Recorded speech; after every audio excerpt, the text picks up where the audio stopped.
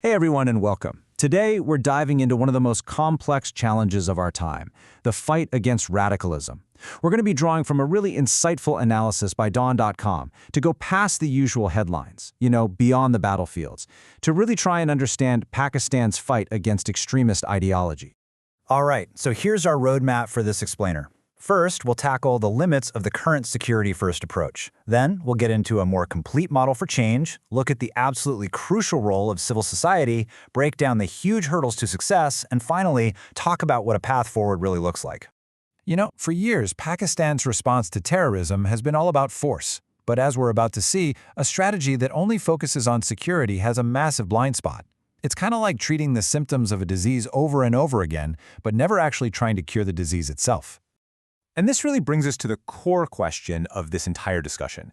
When you're up against an ideology, a set of beliefs, can you really win with force alone? Or is the real battle being fought somewhere else entirely? Since 9/11, the response has been overwhelmingly kinetic, which is just a way of saying it's reactive, it's punitive. It's all about taking out immediate threats. But that totally misses the other side of the coin, an approach that tries to understand the root causes, one that's about rehabilitation, and that actually tries to prevent extremism from ever taking hold. And here's the fallout from that one-sided approach. When you're just focused on security, the actual ideology gets overlooked. And what you get is a system that can punish people, sure, but it doesn't prevent them from becoming radicalized in the first place. And in that process, crucial human rights concerns can get pushed to the side. So if the kinetic approach just isn't enough, what does a better model even look like? Well, it turns out there are some real-world examples we can learn from that offer a different way forward. Okay, so check this out. After the Malakand military operation, a really unique program was launched. This thing wasn't about punishment. It was all about rehabilitation. It was a genuine attempt to try a different philosophy, one that focused on helping individuals unlearn extremism and find their way back into society. Now, a really critical part of this program was how they chose participants. They had what they called a no blood on their hands policy. So they were specifically looking for militants who hadn't killed or caused severe injuries. That distinction made the whole goal of rehabilitation feel much more possible. And the process itself was super methodical, broken down into these 4 key phases. It all started with that careful selection process, then moved into the core de-radicalization work, then reintegration with skills training, and finally monitoring after the program. And get this, it wasn't just the military. It was a real team effort between psychologists, religious scholars, teachers, and social workers. And that idea of collaboration, of teamwork, is so important. Because as we're about to see, this is not a fight the state can win by itself. No way. It takes a true coalition, one that reaches deep into the very fabric of society. I mean, just look at the contrast here. In the UK, the government actively worked with 82 different civil society groups to prevent extremism. But in Pakistan, at least initially, there was this huge gap. Peace education was pretty much ignored in schools, and some of the curriculum was even built on narratives of intolerance, which, you can imagine, just left fertile ground for radical ideas to grow.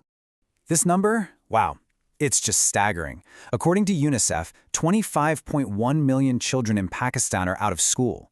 Now, that's not just an education crisis. It's a massive security vulnerability. Every single one of those children is way more susceptible to radical narratives when they don't have the anchor of a formal education. And this chart really shows us that countering extremism isn't just one group's job. It's a shared responsibility that cascades all the way from the state to civil society to local communities and right down to the family. Everybody has a part to play in building a community that can stand strong against these ideas.